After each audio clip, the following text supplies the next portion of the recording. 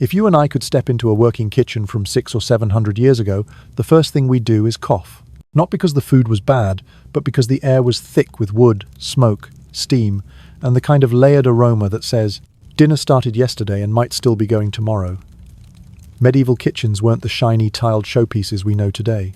No stainless steel, no extractor fans, and definitely no fridge humming away in the corner. Instead, you'd see bunches of drying herbs, grazing the rafters, strings of onions and garlic, netted cheeses, and slabs of meat that look halfway between a feast and a science experiment.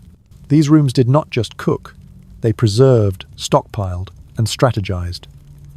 The kitchen was the engine that dragged a household through winter, and winter was not a season you could vibe your way through. It was a test. Picture it. A hearth that never really sleeps, embers banked at night, then teased back to life every morning. A long wooden table carved with knife marks and stained with centuries of stews. Clay jars lined up like soldiers along a wall. Each one with a job-salted fish here, vinegar vegetables there, a crock of honey across from a stoneware jug of ale. Even the sounds were different. Iron hooks clinking, a spit squeaking as it turns, a lid rattling on a pot because something inside is trying to climb out. This is not just a place to make dinner. It's the pantry, the lab, the emergency bunker. And moving through it all is a cook whose calendar is written in seasons, not apps. The medieval kitchen's mission started in spring. As soon as the first greens made it out of the ground, the long game began. Plant, harvest, preserve, ration, repeat. If you ate well in January, it's because you planned in May. You did not wait until you were hungry to figure out what was for dinner. You bought time in summer and autumn, then spent it like currency during frost and famine. And the backbone of that time banking? Salt. Let's talk about salt, because the Middle Ages absolutely did. This was not just a seasoning, it was logistics, economics, and survival, all in one mineral. There's a reason we still say, worth your salt. Long before anyone whispered niche into a microphone, entire fortunes were built on the white stuff. Venetian traders basically turned salt into a business model. They controlled routes, levied tolls, and built empires one barrel at a time. People argue about whether Roman soldiers were literally paid in salt, but the language stuck for a reason. Salary echoes from the same salty root. The point is that salt could move armies and settle towns. If you had salt, your larder could last. If you did not, your options shrank fast. So how did salting actually work? It's brutally simple and surprisingly elegant. Take meat or fish, rub in enough salt to make a doctor cluck his tongue, then keep going. We're talking up to a fifth of the food's weight in pure crystals. The salt drags water out of the flesh. Bacteria hate that. Then it marches in and rearranges the neighborhood so microbes cannot set up shop. Everything tightens and toughens.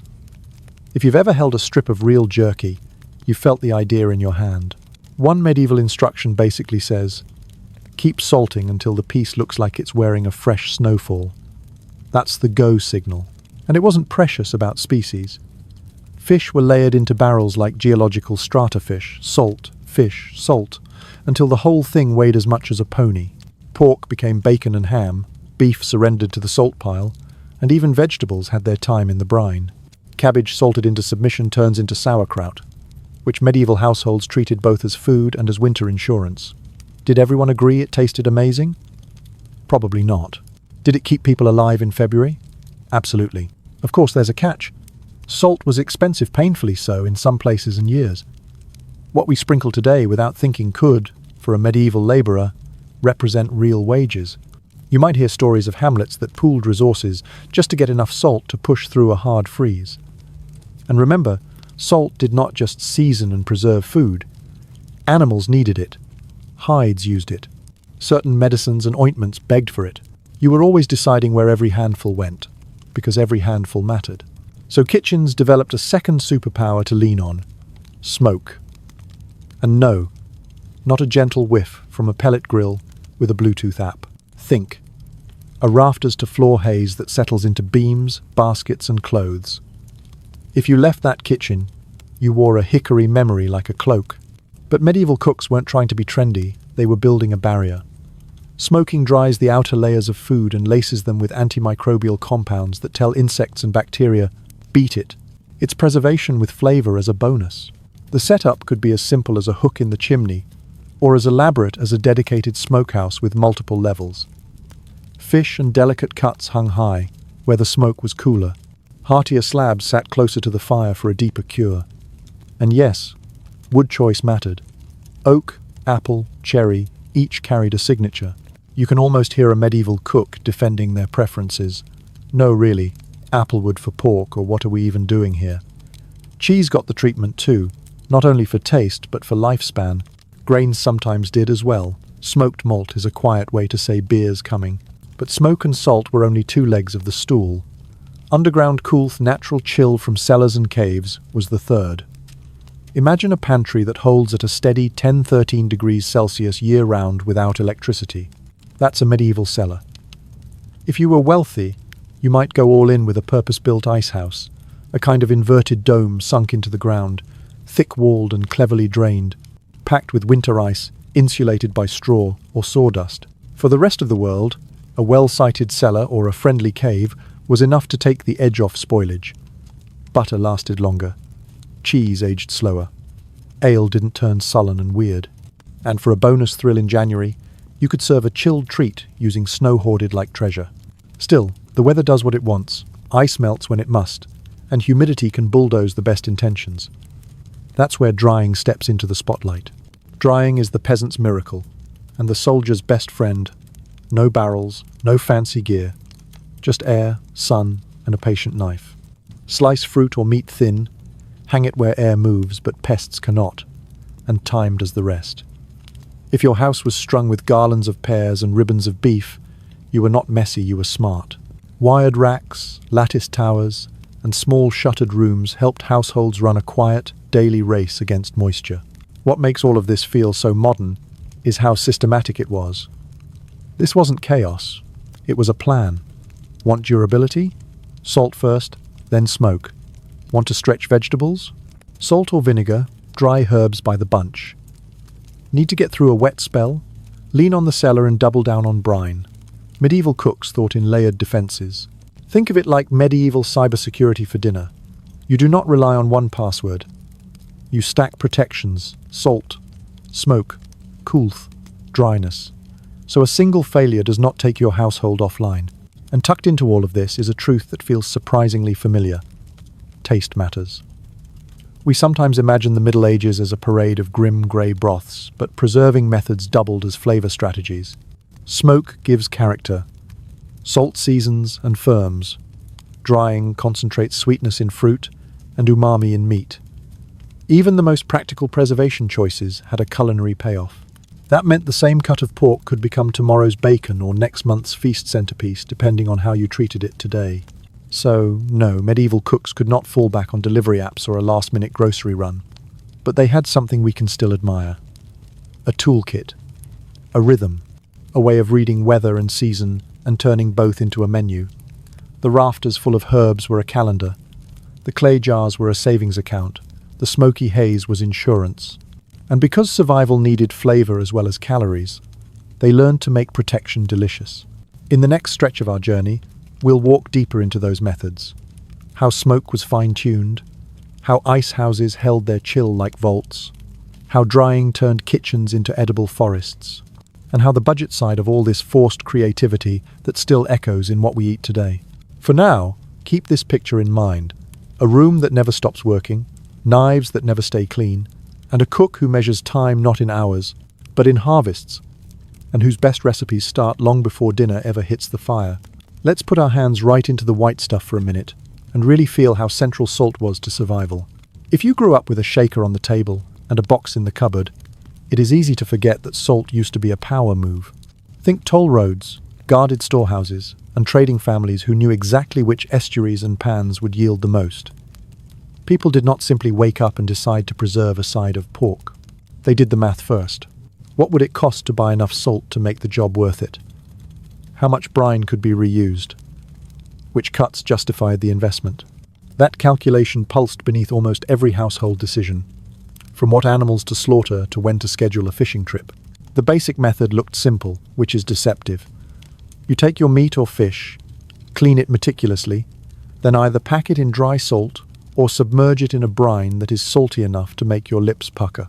Dry salting felt like a snowfall that never melted. The crystals worked their way into every crevice, drawing moisture out so microbes could not throw a party. Brining turned preservation into a bath. Cooks kept a close eye on strength by watching what floated.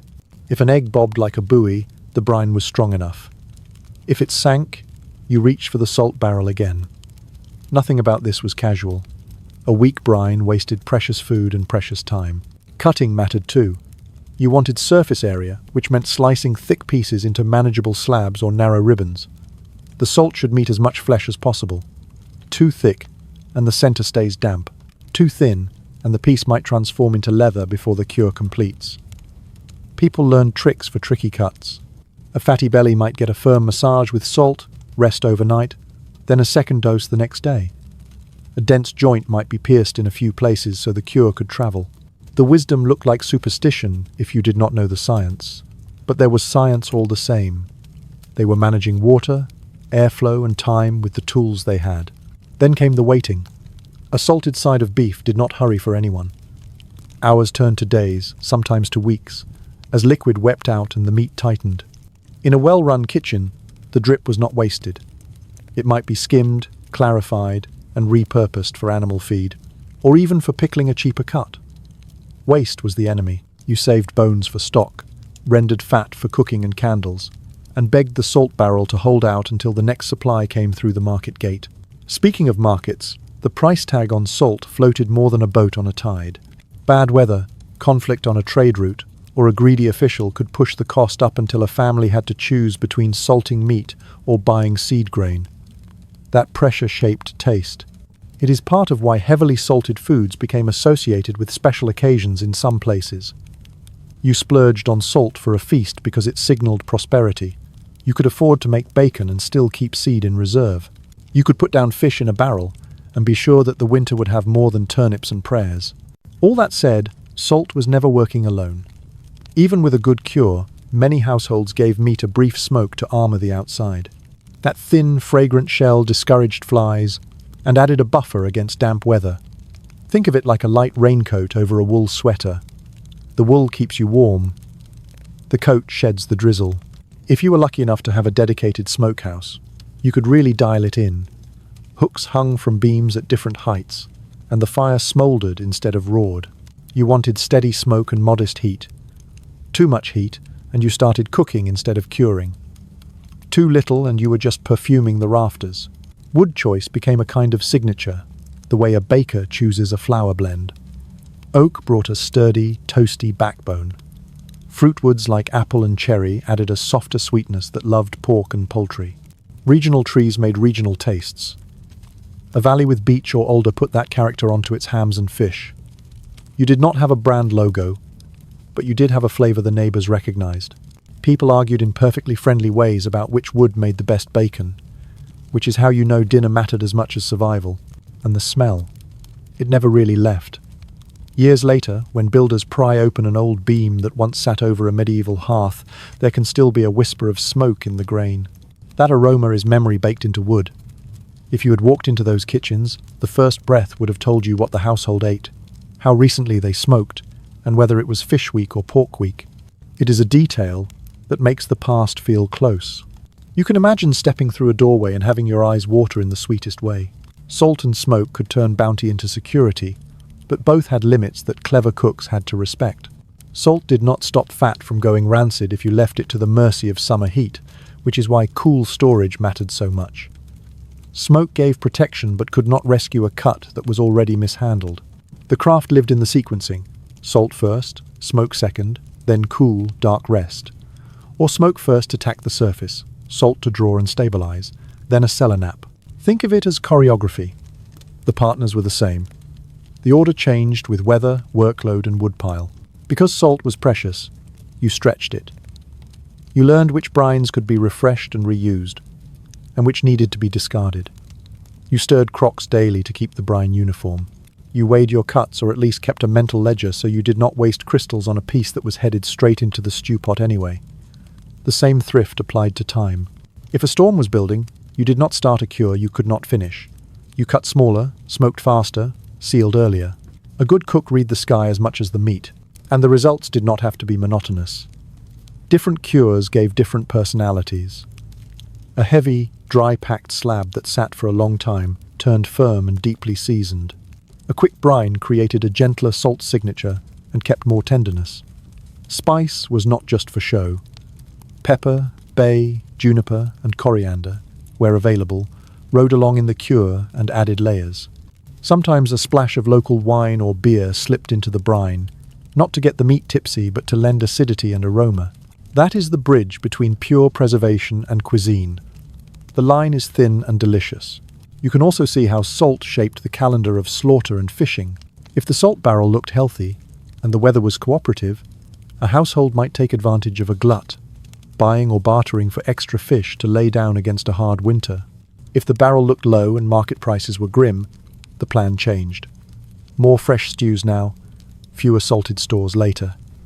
Even religious calendars nudged the strategy.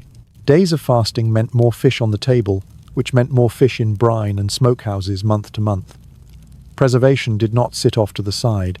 It drove menus, and menus drove preservation. There is a quiet marvel in how hands-on all of this was.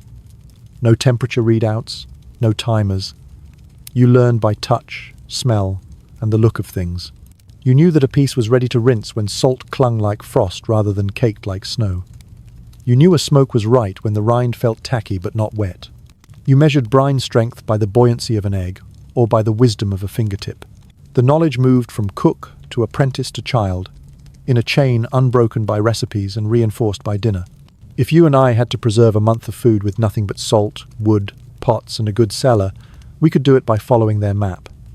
Start with clean cuts, salt with intention, control airflow. Smoke for protection and flavor. Rest cool and dark. Label in your head if not on parchment, so the oldest becomes supper before the newest. It is logistics you can taste, and it built households that could stare down February without panic. By the time a medieval cook turned from salting tables and smoking racks to the cellar door, each step had already set up the next one. Salt had pulled out moisture, smoke had toughened the surface. Now the cool, steady air would hold the line through the long wait. In our next part, we will step down those cellar steps and into the world of natural refrigeration, from simple earth-cooled rooms to full-on ice houses that could keep a summer feast frosty long after the last snow had melted.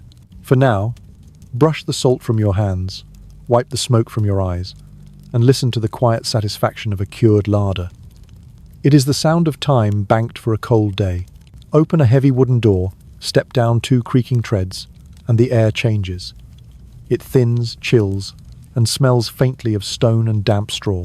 Welcome to the medieval cellar, the quiet heartbeat of the house. Up in the kitchen, flames crackle and pots thrum. Down here, time takes a slower breath. This is where preservation becomes patience. No humming compressor, no digital display, just earth, masonry, and physics doing their steady work.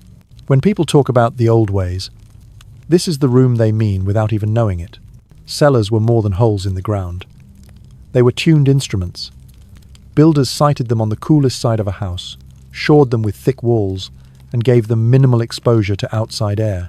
Vents could be opened or stopped with rags and wooden plugs, not to make the place breezy, but to let just enough airflow carry away musty, warm pockets. Floor? Packed earth or stone, because both wick moisture in a way that keeps temperatures even. Shelves? Not fancy, but spaced so air can wander around crocks and sacks. A good cellar kept to a sweet zone, cool but not freezing, dry enough to discourage mold but not so arid that roots shriveled. That balance was the difference between a February pantry and a February problem. Walk the perimeter and you can read a winter menu like a map. On the lowest, coldest shelf, milk turned to butter, then butter tucked into brine or packed under a splash of water to keep the air off. Cheese wheels find a home farther back, rotating slowly from fresh to sharp, like a clock you can eat. Clay jars, sealed with wax or animal fat, hide salted fish, lard, and pickles. Basket shoulder with onions, braided garlic, and apples that give off a subtle perfume you will remember for the rest of your life. In a corner, a barrel topped with a board and stone holds cabbage on its journey to sauerkraut. Every item carries a story about when it was made, how it was treated, and how long it's expected to hold the line. You can see why cooks measured seasons differently. Autumn was not pumpkins and vibes. It was, how many crocks can we fill before frost? It was root day, apple day, onion day, and finally, if weather allowed, slaughter day, when cool air outside and cold stone inside combined to make the house a temporary processing plant.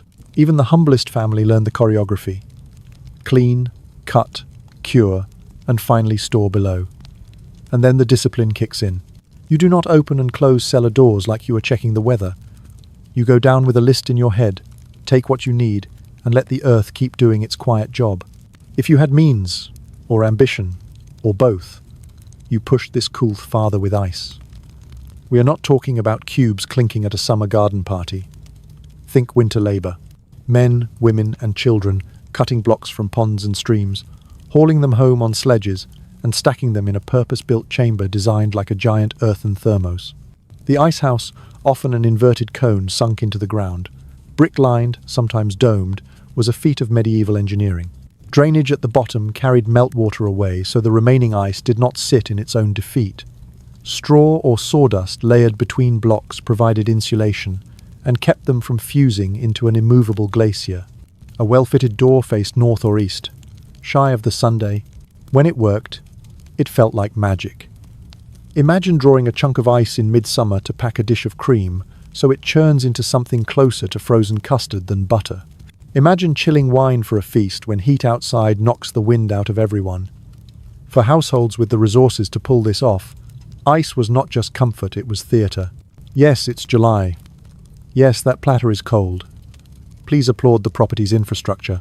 Behind the show, though, is the same theme we keep returning to. Preservation is logistics. Ice was a savings account you filled in January and spent in August. The person managing that account might carry an unlikely title, Icekeeper. This was not a cushy job. It was bookkeeping meets weather prediction, meets manual labor. You tracked melt rates, monitored insulation, and triaged usage. Need to hold a fish course for a visiting noble? Fine, but that means the cheese won't get that extra chill before market day. You learn to think like water. Where does it want to go? How fast does it want to leave? What can you do to persuade it to stay just long enough? Now, let's zoom back to the broader cast. Most people did not have an ice vault. What they had were smart hacks that leveraged geography. A hillside cave, always a few degrees cooler than the air. A spring house, basically a small structure built over cold running water where dairy could lounge in wooden troughs and laugh at heat. In mountain regions, snow pits lined with straw could keep perishables stable for weeks. In coastal towns with brisk winds, sailors and fishmongers used shaded, breezy lofts to temper the day's catch before salt and smoke finished the job. Preservation is opportunistic. You use what nature gives. Inside cellars and caves, organization mattered as much as temperature. Picture a cook's mental spreadsheet. Oldest up front, newest to the back. Salted meat, salted on a date you will not forget because winter meals depend on it. Brined vegetables weighed down by a plate and a smooth, clean rock, yes. Even the rock has a job so the top layer does not flirt with air and invite mold. If a bloom does appear, you skim, adjust the brine, whisper a prayer, and start lecturing whoever left the lid ajar. The care you take here buys you peace upstairs. There is also a subtle sensory vocabulary that a good cellar teaches. You learn the difference between the friendly tang of fermenting cabbage and the sharp alarm of something gone sideways. You can tell by touch when a cheese rind is heading toward dry and needs a turn or a light wipe. You know that apples must be checked. One rot can be a villain, and that potatoes like dark corners where they can keep secrets. You do not need a thermometer if you have the discipline to notice, every day, the way the room feels on your skin. Medieval cooks were masters of noticing. The beauty is how these methods layer. Salt a joint today, give it a quick smoke tomorrow, and the cellar can nurse it safely for weeks. Pack fish under brine, haul the crock below, and the earth evens out temperature swings that would otherwise bully your efforts. Churn butter in the morning, then settle the crock in a springhouse trough so the fat stays firm and clean until supper. Each step amplifies the next. When you do it right, the system hums like a song you cannot hear but you can taste at the table. Were there failures? Of course. A wet autumn could punch holes in plans, cellars creep up in humidity, wooden lids swell and stick, and wigs of mold try to colonize everything. Households adapted. You dry what you can the minute the wind picks up. You re-smoke pieces that begin to sweat. You triage the store. What must be eaten now? What can hang on another week? What gets reworked into pies or stews where heat and spice can rehabilitate a borderline ingredient? The talent is not perfection, it is rescue. A modern cook might reach for a freezer. A medieval one reached for ingenuity. And then there were the feasts. Nothing tests your preservation game like 30 mouths and a 4-course procession. You raid the cellar with discipline, because the celebration cannot bankrupt February. Fruit preserved in honey gets to show off. A cool platter of fish garnished with herbs proves you have more than turnips. Fresh loaves come up warm from the hearth while butter arrives cool and spreadable. Thank you, Springhouse. What looks like generosity on the table is, behind the scenes, choreography and restraint. If you are feeling the pattern, that is on purpose. Medieval preservation is a dance between scarcity and abundance, heat and cold, wet and dry. Cellars, caves, and ice houses were not primitive stand-ins for a refrigerator. They were tools that obeyed the same rules any good cook lives by. Control what you can, adapt to what you cannot, and make the result delicious when it lands on a plate. The success of a household depended on this steady, almost invisible competence. If the kitchen was the heart, the cellar was the pulse.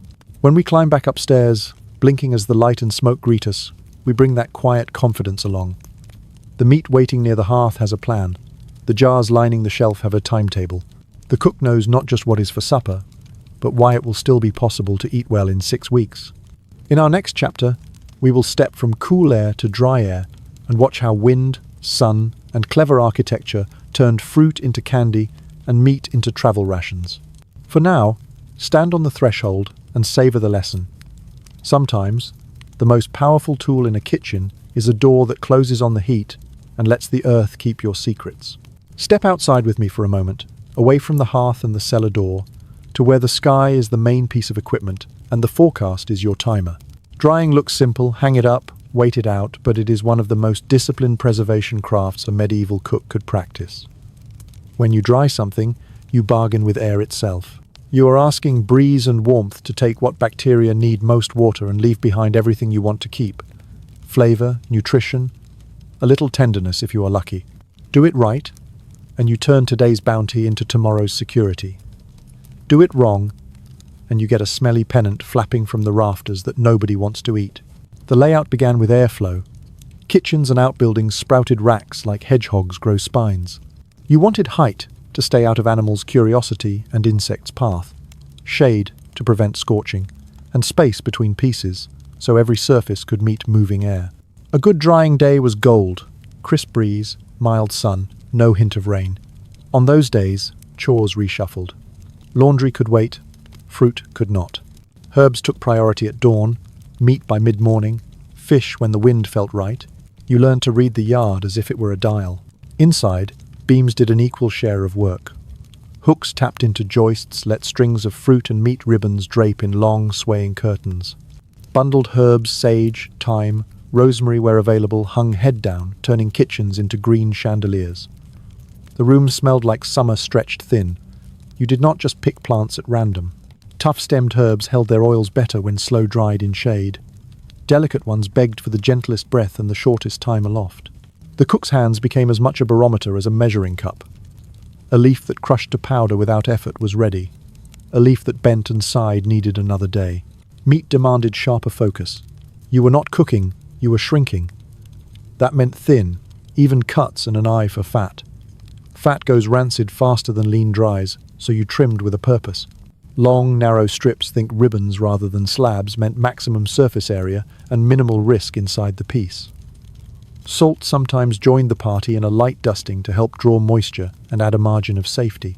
Then came the rigging lines near smoke, not in it, to discourage flies and contribute a whisper of protection.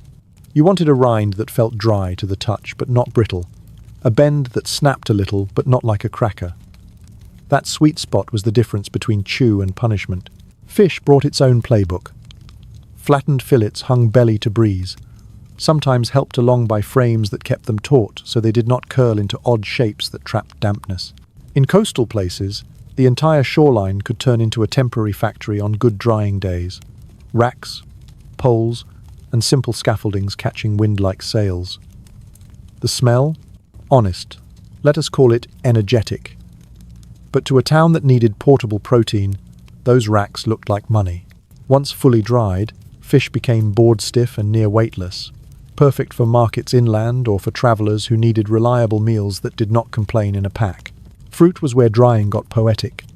Slice apples thin, and watch them halo with sugar as water leaves.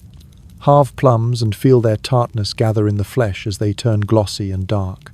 Grapes on the vine in a good patch of sun transform into raisins while still attached. Cut the stems when they are ready, and you have sweetness that laughs at frost. In some regions, fruit pastes, what we might call leathers today, joined the repertoire. You cooked fruit down, strained it smooth, sweetened it if you could, then spread it in thin sheets on clean boards. The sun did the rest. Once set, those sheets rolled tight and kept like a candy bar. Children must have had favorite corners to steal. Then there were the structures that made drying a little more foolproof. Think tall, louvered towers or airy lofts under a roofline where cross breezes had a reliable path. Slatted sides invited wind, but told birds and larger pests to mind their own business. Small shutters could be nudged open or closed to tame gusts or dodge a sudden squall. If the day started clear and ended moody, you could narrow the openings and keep momentum going rather than dragging everything inside in a panic. That is the medieval version of climate control. Not exact, but responsive. Hygiene had a logic too. Surfaces got scraped and scrubbed. You never hung today's meat where yesterday's drip could kiss it from above. You checked strings for wear, because a snapped line meant a dog's feast and a human's headache. Insect management was constant. Screens, smouldering herbs that bugs disliked, and strategic smoke nudges kept the worst offenders off. You learned which flies meant trouble just by the way they hovered. If something looked wrong, color off, sheen weird, smell pushing past tang, you did not argue philosophy with it. You cut away the suspect part or retired the piece to the pot where long cooking could save what was still good. Salvage was not shame, it was skill. The calendar bent around all of this. If wind set up nicely for 3 days, you cancelled everything that could be cancelled and hung strips and slices like your winter depended on it because it did. Dry weather bottlenecked in rainy years, forcing hard choices. Did herbs get the rafters or fish? Did you risk meat today, knowing a storm might roll in and force a quick, smoky bailout tomorrow? Experienced cooks spread risk. Some dry, some brine, some smoke. Never all eggs in one basket. Never all meat on one line. Taste was not an afterthought. It was a benefit you banked. Dried fruit intensifies, leaving you with bite-sized sweetness that translates into winter pies and festival treats. Dried mushrooms carry forests into stews. Dried herbs turn a plain pot into a memory of warm afternoons. Even simple dried beef adds a brothy depth when you simmer it back to kindness. Soldiers, pilgrims, and traders carried these flavors with them, living out of sacks and belts outfitted with edible time capsules. On the road, a slice of dried meat and a piece of hard bread became dinner with a strip of onion and a sip of ale. Back home, the same dried stores bent menus when markets were thin. Markets, by the way, loved dried goods. They travelled well, stacked neatly, and teased buyers with scent and colour. A stall with strings of fruit and bundles of herbs looked prosperous. A house with jerky coils and fish boards looked prepared. Dried items became currency in their own way. You could barter a week's worth of dried apples for a tool repair, trade a handful of herb bundles for a favour, or court goodwill by sending a small roll of fruit leather to a neighbour nursing a sick child. Preservation's social economy ran alongside money's, built on season, skill, and generosity. If you want to feel how personal this craft was, imagine the tests a cook used. Bend, snap, sniff, press, listen. Yes, listen. A properly dried piece of meat or fruit has a quiet sound when you press or flex it, a small whisper that tells you water is gone but character remains. Too squeaky, and you have gone too far. Too damp silent, and you need another day. No tool does that better than a human hand trained by repetition. In a world before alarms, that sensitivity was the safety net. Let us talk failure and rescue for a second, because no season behaves perfectly. Suppose the sky turns traitor on day 2 of a 3-day dry. The answer is not despair, it is pivot. You bring the racks under a porch or into a loft, stoke a low, clean smoke fire, and let the smoke take over where wind left off. Later, when the sun returns, you finish in fresh air. Or you decide this batch was meant for the pot all along dice, stew, spice, jar, so the work is not wasted. The best cooks were never absolutists. They were editors, revising the plan as conditions demanded. By winter, a well-dried larder looks like a scrapbook of weather. Here is the apple run from that week of steady breezes. Here are the beef ribbons from the cool spell after harvest. Here, the herbs that caught one magical dry day when you had more time than time. Each jar and string represents a good decision made under imperfect circumstances. And when you bring these things to the table, you are not serving shards of summer at random. You are composing with them. A stew made with soaked dried meat, dried mushrooms, and a pinch of saved summer savory tastes like foresight. Drying does not shout the way smoke does, or glitter the way ice does, but it might be the most democratic of the medieval arts. It required no taxes paid to salt merchants, no great pits dug for ice, no elaborate masonry, just patience, attention, and a conversation with the wind. That is why it anchored households from farmstead to town home. You could always dry a little something, even in a cramped yard, and turn a small harvest into a hedge against hunger. Now that we have let the sun and air do their elegant work, we are ready to step into the sharp, tangy world that often followed a drying day. Barrels, crocks, and the lively ecosystems we call ferments. Vinegar, brine, and bubbles coming up next. The preservation method that turned going bad into getting good, one burbling crock at a time. Swing open the cellar door again and follow the nose. That friendly, tangy perfume that is not quite sour and not quite floral. Somewhere in the cool dim, a crock is burbling softly, a wooden lid tapping now and then as gases nudge their way up. This is the sound of food learning a new language. Fermentation is the medieval chef's love letter to time, an invitation for good microbes to move in, redecorate, and push the troublemakers out. If drying asks the wind for help, and smoke asks the fire, then fermentation asks life itself to join the team. Start with the basics. Salt, water, and something fresh: cabbage, cucumbers, turnips, onions, beans, even fish in some coastal kitchens. The rule is simple. Make a brine salty enough to keep the bullies, the spoilage bacteria, quiet and mellow enough to let the friendly lactic acid crew set up shop. You can get there two ways. Either dissolve salt in water and pour it over your clean, cut produce, or sprinkle salt directly on shredded vegetables and squeeze until they release their own brine. Medieval cooks did both, guided by habit and by feel. Too little salt and your crock grows a personality you do not want. Too much, and nothing sings. The sweet spot tastes like tears an ocean in a cup. Next, the submersion. Air is the enemy at this stage, so you press everything under the brine and keep it there. That is why every respectable brining station kept a clean board and a smooth river stone ready. Board on the vegetables, stone on the board, lid on the crock. If you had money for ceramics with shoulders that hugged a lid, all the better. If not, wax or fat sealed gaps. You are not chasing a laboratory seal. You are just keeping the surface honest, because oxygen is the doorway the mischief slips through. Then you wait, but not passively. You check daily, skimming any harmless bloom that tries to collect at the edges what modern fermenters call a calm yeast layer. You tap the lid and listen.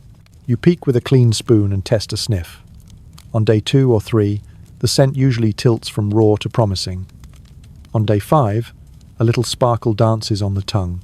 By a week or 2, depending on temperature and cut size, you have a living food with tang, crunch, and an invisible army of friendly acids that guard the jar like hired knights. Salt and thyme trained those knights.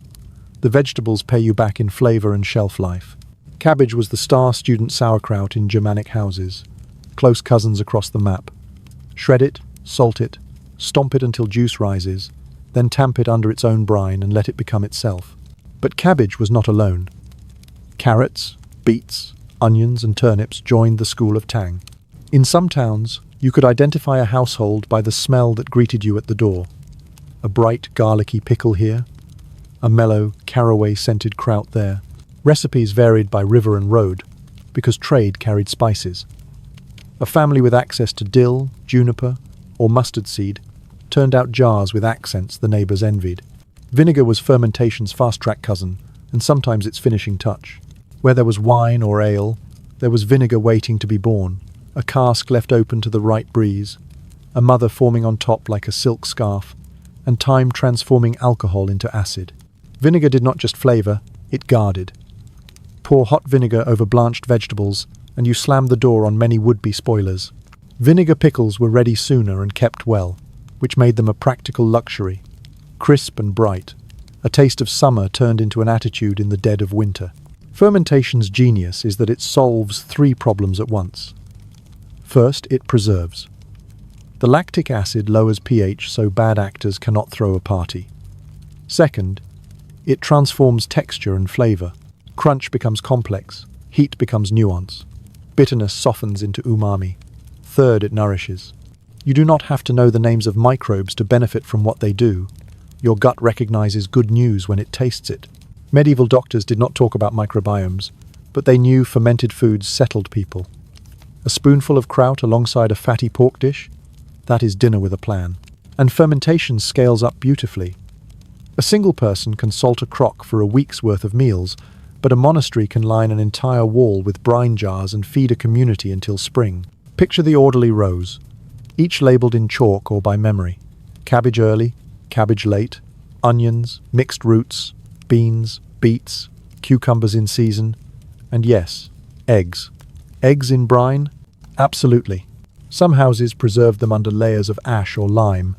Others tucked hard-boiled eggs into sharply seasoned vinegars for quick bar snacks and travel food. You could walk into a tavern and find a bowl of gleaming, ruby-tinged eggs that made ale taste happier. If you lived near the coast or a big river, fish joined the ferment choir, though that path split into two distinct roads. On one, you had gentle, lactic-leaning brines that tamed small fish quickly for near-term eating. Think a lightly soured snack that took the edge off a long day and paired well with bread. On the other, you had intense, enzymatic ferments designed to break fish down into sauces or pastes with thunderous umami. A little goes a very long way. Not every household ran with that second style. It is not for the faint of nose. But in port cities and trading hubs, cooks learned to fold a spoonful into stews the way we slip anchovies into a sauce. Invisible in the final dish, indispensable to the depth. The etiquette of the crock was strict. Clean hands, clean tools, and no double dipping. If you lifted a plate and stone to retrieve a portion, you pressed everything back under the brine before resealing. You did not wander off mid-task. That small lapse could invite a white film or a spot of mold, and then you spent the evening doing triage and language that made the children blush. A tidy brine is a happy brine. Households taught this like catechism. Season also shaped the ferment calendar. Early autumn favored a parade of mixed veg pickles, quick to assemble and ready fast. As nights cooled, cabbage took center stage, filling crocks with a promise that tasted better by Yule than it did at All Saints' Day. In deep winter, when fresh produce thinned, vinegar pickles kept meals lively and defended against the culinary blues. Come spring, when first greens nudged through the soil, brine jars shifted back to speed, thinly sliced young turnips and radishes, crisp and peppery, ready in days rather than weeks. The kitchen always had something alive going on. Flavor creativity never stopped. If you had access to honey, a splash in a vinegar pickle could balance the bite and make vegetables glisten like jewels on a platter. A handful of spices, pepper if you were rich, mustard or caraway if you were practical, turned a humble jar into a signature. In wine regions, cooks did not shy away from using a bit of last year's rough batch to bolster a brine. Waste not, want not becomes cuisine when your hand is steady and your palate curious. And then there is the social side. Fermentation is contagious. Do it well and neighbors copy you. Exchange starters, trade a jar for a loaf, swap a crock of onions for a bundle of dried herbs. The street learns together. If a batch goes sideways, the community knows how to help. Add salt, add weight, move the crock to a cooler corner, skim and reset. The knowledge lives around the pot as much as in it. We should talk rescue again, because even the best crocks hit a bump. A faint white film at the edges? Skim and carry on. A softening you did not plan? Move that jar to the front of the eating line and chop the contents into a relish to top roasted meat. Brine level dropped? Boil a bit of salted water, cool it, and top up the brine must always cover. The rule is grace under tang. You are not trying to win a contest. You are trying to keep dinners interesting until the garden sings again. Finally, understand the role fermented foods played at the table. They are not the main event. They are the spotlight and the chorus. A salty dry ham slice meets a bright spoon of pickled onions and becomes a song.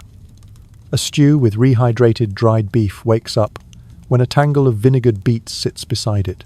A slab of fresh bread, butter cool from the spring house, and a mound of kraut can be a meal that feels both humble and complete. It is not just about survival, it is about contrast, relief, and pleasure. With brine jars humming and vinegar soldiers lined up on the shelf, the medieval kitchen had momentum even in the darkest months. Something was lively. But sweetness had its own banner on the preservation field, and it did more than dessert duty. Next, we will lift the lid on honey, the golden preservative that never seemed to age, the beekeepers who guarded it like treasure, and the way sugar rare, then revolutionary reshaped what a feast could look like. Follow the hum, past the yard where herbs sway, beyond the orchard's quiet rows. You will find a drift of sound that is half music, half electricity, the apiary. In the medieval kitchen's playbook, honey is not just a treat, it is strategy poured in gold. Salt dries, smoke shields, cellars calm, and ferments sing, but honey arrests time. Foods tucked beneath its surface emerge weeks or years later as if the clock shrugged and stopped.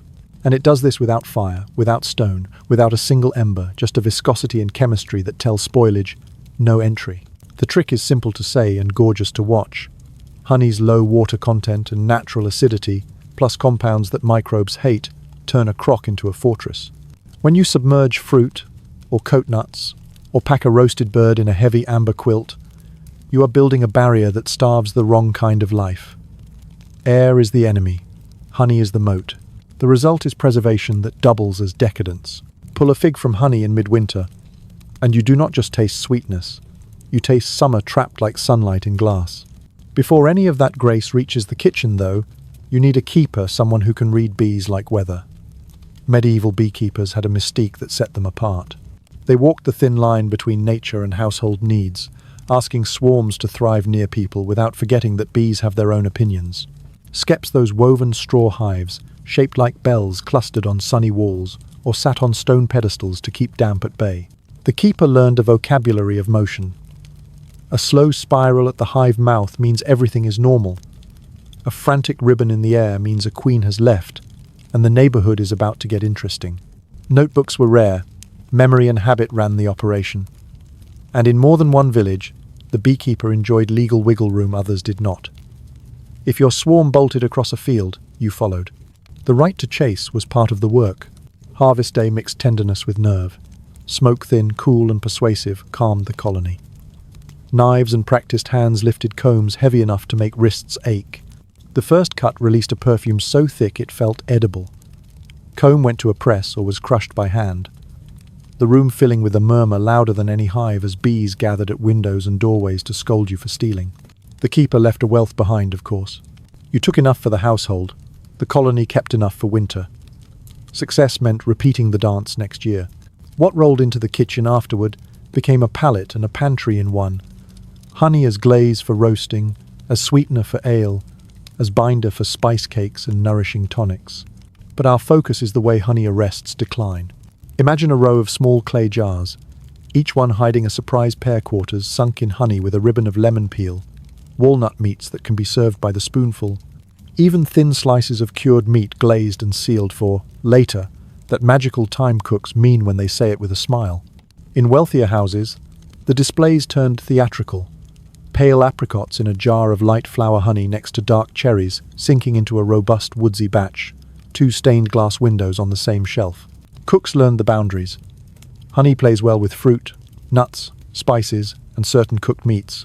Raw, damp cuts, not the best candidates. Get it wrong and you have a mess that demands boiling and rescuing into sauce. Get it right, and you have a dessert that also happens to be a time capsule. A table that can set out honeyed quince in January is telling a story about summer labor and careful storage. Guests will pretend not to notice. They will notice. People also learned to test purity the way jewelers test gold. Watered honey loses its force. So kitchens made little rituals of quality control. Drop a feather. If it takes its time sinking, the honey is stout and worthy. Drizzle from a spoon. If the ribbon stacks on itself before melting, you have a guardian fit for preservation. Flick your finger through a thin spread. If the line holds like a tiny road for an instant, you can trust it. This is folk physics, and it is beautiful. Grace notes that tell you how to keep a larder safe. Honey's other superpower sits in the apothecary corner. Medieval healers swore by it not just for sore throats, but for wounds, burns, and stubborn rashes. Spread thin under a bandage, honey draws moisture away from trouble and keeps the bad actors sulking. Mixed with warm milk, it took the growl out of sleepless nights.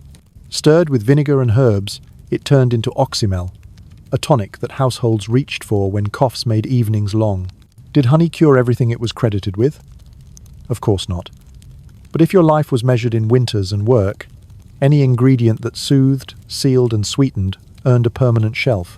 Because honey preserves by exclusion, the vessels matter. You want jars with tight mouths, lids that do not wick damp, and shelves that hold a steady temperature.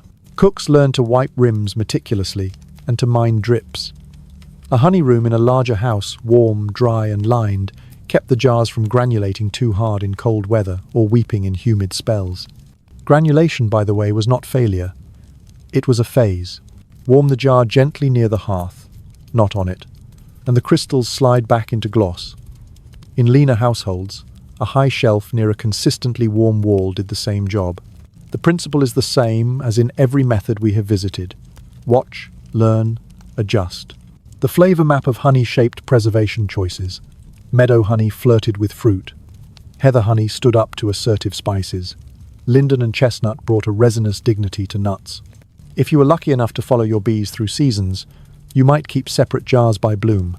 Spring light for pears, summer sunburst for cherries, autumn depth for quince. Then, just as picklers had their signature brines, honeykeepers started talking like composers. This batch belongs to walnuts. Save that one for rosemary cakes. The language of pairing grew inside storage, not only at service. There were quirks and customs, too, that braided bees into household life.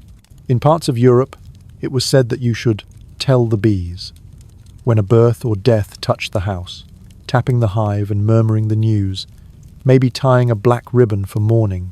Whether you believe the bees cared is beside the point. The ritual admitted what everyone knew. These creatures were partners, not equipment. Treat them with respect, and the larder thanked you. Let us walk the shelf and taste the strategy. A jar of sour cherries in honey, thick, tart, stunning with cheese. A pot of crushed hazelnuts folded into honey for a paste that waits months to shine on fresh bread.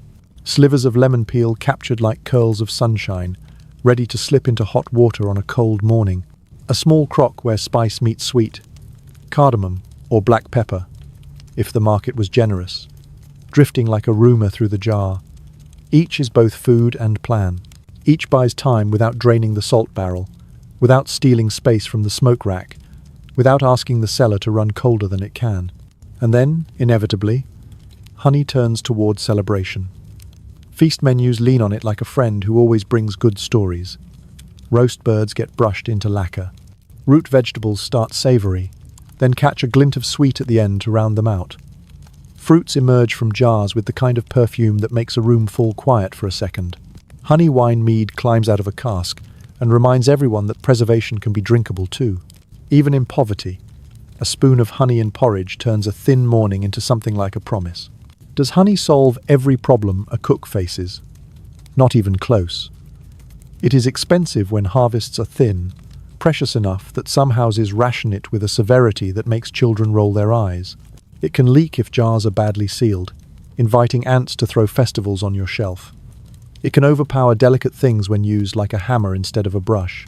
But in the grand ledger of the medieval pantry, honey posts win after win. When wars disrupt salt, when rain sneers at drying racks, when a cellar gets too warm for comfort, honey steps in with a quiet, golden, "I've got you." By now our preservation orchestra sounds full salt's bass line, smoke's low hum, the cellar's steady tempo, drying's bright strings, fermentation's lively woodwinds, and honey's sustained, shimmering chord. There is one more section still to add before we turn toward menus and travel, the spirited business of alcohol. Wine, ale, and their stronger cousins did more than fill cups. They held cherries in suspended animation, kept fish blushingly fresh in tangy marinades, and taught generations of cooks that sometimes the best way to save food is to let it swim. In our next part, we will lift the cellar latch on casks and demijohns to watch preservation get merry and meticulous at the same time.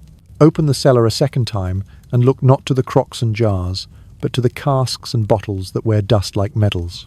Alcohol lives down here, not just as a drink, but as a tool, a clever solvent, a microbial bouncer, a perfume that says, "We saved this, and we made it better while we waited." In the medieval kitchen, wine and ale pull double duty. They fill cups at table and fill gaps in the preservation plan, catching foods that sit awkwardly between salt and honey, between smoke and dry air. It is a method that feels like mischief and behaves like medicine. Why does alcohol work? Because it tilts the playing field. Most spoilage microbes hate two things: acid and lack of water.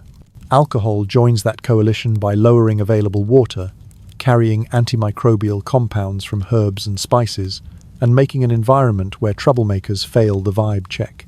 Add the fact that wine and ale already carry acidity and tannins, especially wine, and you have a ready-made bath that keeps fruits firm, fish bright, and even some cooked meats in a dignified limbo until you are ready to serve them. Let us start with the joyful jars, drunken fruits.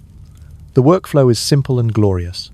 You take firm, ripe fruit cherries, plums, apricots, pears, and give them a brief blanch or a careful prick so spirits can slip beneath the skins.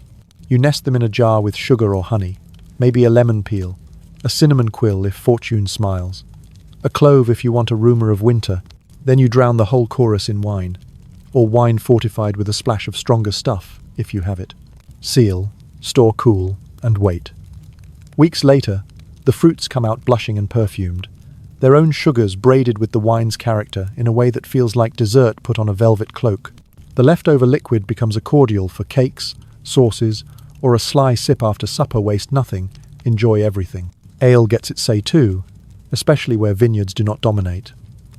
While wine is the elegant preserver, ale is the friendly one, grainy, honest, and eager to carry savoury flavours.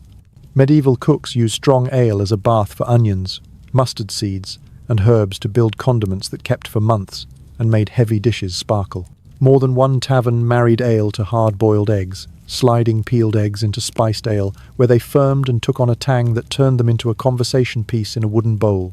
If you are imagining a bar snack that could start a bet, you are imagining it correctly. Fish wears alcohol well. Think of it as a quick draw method. Catch, clean, salt lightly, then lay into a bath of sour wine with herbs and a breath of garlic. The acid firms the flesh, the alcohol holds off mischief, and the spices turn a problem into a plan. A day or two later, you have fish ready to serve cold, gilded with oil and a crunchy scatter of pickled onion, or warmed through with its own liquor reduced to a sauce. This does not replace deep preservation like smoking or heavy salting. It's a bridge between shore and feast, between market day and Sunday table. Cooked meats can take a swim too, especially leftovers that you cannot risk in open air. A rabbit stew cooled and tucked under a lid of wine jelly in a crock can live politely for days, the alcohol and gelatin seal keeping air out and flavour in. Potages and ragouts enriched with ale, once cooled, keep better than their water-based cousins. Not because they are immortal, but because every bit of alcohol and acid makes it harder for spoilage to swagger in. The medieval instinct layer small advantages shows up again. Then there is the step that turns preservation into a craft within a craft. Fortification and distillation. The stronger the spirit, the bolder the barrier. Households who could afford it learned to correct a wine with a measure of brandy or a brew with a dash of stronger ale spirit. Now your cherry jar carries enough punch to scare off most spoilers while the fruit itself relaxes into plushness. Strong stuff was precious, yes, and not everywhere available. But where it appeared near trade hubs, in the orbit of monasteries dabbling in early stills, in towns that welcomed merchants, it changed what you could hold and how long you could hold it. Spice rides shotgun in this method. Alcohol is an excellent courier for flavour. Juniper whispers into pears. Peppercorns nose their way into plums. Coriander seeds roll through cherries like an inside joke. First you smell them, then you taste them, then you reach for another. In winter, mulling spices leave ghost notes, even in cold preserves. And because a jar can be opened and tasted without ruining the whole batch, cooks adjusted as they went. More sugar for that tart lot of apricots. Another sprig of thyme for the jar that tasted shy. a small splash of vinegar to balance a wine that leaned too soft. It is preservation with dials, not switches. We should pause and admire the paperwork inside a cook's head. How long has this jar sat? Is the fruit still buoyant and bright, or is it drifting toward jam? Did we add enough spirit to this batch to hold until the feast of Saint Whoever? Medieval kitchens kept time in saints' days and market days, in weddings and harvests, marking jars by memory and placement more often than by parchment. The right-hand shelf is for soon, the low shelf for later, the back corner for only if we must. If you think that sounds risky, remember, these were professionals at habit. Routine is the original label. Alcohol-preserved foods did not just loiter in storage, they performed. At a feast, a bowl of wine cherries could arrive between courses like a wink, resetting palates and reminding guests that the house had both skill and access. A salad of bitter greens softened with ale vinegar and sweetened by a few wine-plumped raisins told the same story in quieter tones. In poor seasons, a jar rescued a plate from monotony, a spoon of drunken plums over simple porridge turned thrift into luxury. For travellers, a flask of Hippocras, spiced wine, and a stoppered jar of boozy fruit meant a cold camp could still taste civilized. Even the ale eggs at the tavern bar served a purpose beyond their novelty. Protein, salt, acid, and a reason to buy another round. Of course, discipline ruled here too. Bad fruit does not become good because it swims in wine. A sloppy seal invites trouble. A jar left in heat can sour into something unkind. So cooks practiced the same care they brought to salt and brine. Sterile vessels, if they could manage it, scalded with boiling water and well dried. Clean utensils every time, never dip greasy spoons. Cool storage always. And a willingness to repurpose if a batch drifted. A wine that turned too assertive in the jar might be cooked down with honey into a syrup that rescued roasts. Fruit that went soft could be mashed into a filling for tarts where texture mattered less than perfume. In preservation, redemption is a skill set. Let us not forget the social math behind all of this. Alcohol-preserved goods are portable, tradable, and giftable. A jar of cherries in wine is currency you can spend on goodwill. A crock of ale-pickled onions can pay back a neighbor who lent a hand at slaughter time. The monastery that sends a demijohn of spiced wine-soaked pears to a patron is doing public relations the medieval way, by making winter charming. Behind the scenes, the ledger balances sugar and spice cost, wine cost, jar cost against the advantage of variety and show. And then, like every method in this kitchen, alcohol preserves by partnership. Wine and ale rarely stand alone.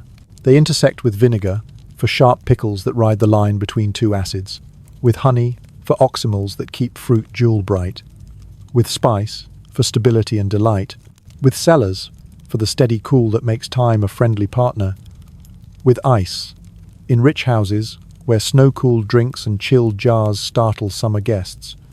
And even with smoke, a smoked duck sealed under a wine jelly becomes both poem and plan. The medieval kitchen is an orchestra. Alcohol is one section that can play melody or harmony as needed. By the time you lift your head from these casks and jars, the strategy feels complete: salt, smoke, coolth, dry wind, living crocks, golden honey, merry wine. But the story of preservation also reaches beyond the house. Travelers, merchants, soldiers, and pilgrims built their lives on foods that could survive a road, a river, a campaign. In our next part, we will pack a knapsack with dried meat, sour cabbage, hard cheese, and a sly jar of something boozy, and we will walk the roads and waterways of the medieval world to see how preservation shaped travel and how travel reshaped the pantry in return. Tie your cloak, cinch your belt, and let us leave the doorway. Preservation does not live only on shelves. It hustles in saddlebags, bobbles in riverboats, and clinks in merchant carts. The medieval world moved pilgrims to shrines, traders to fairs, messengers to courts, soldiers to wherever power pointed, and every mile demanded food that could take a beating and still be kind. The same methods we have been tending at home: salt, smoke, dry air, sour brine, honey's seal, alcohol's hush, become travel partners once they are wrapped, tied, and counted. Start with the core. Bread that will not betray you. Not soft loaves destined for today's table, but sturdy, low-moisture rounds or flats that harden on purpose. Think wheels of grain and patience rye, or mixed flours if wheat is dear, baked to dryness so mold sighs and walks away. You do not bite such bread. You negotiate with it. On the road, you soften it in broth or ale, or you shave it into a pot where it drinks liquid and gives body back.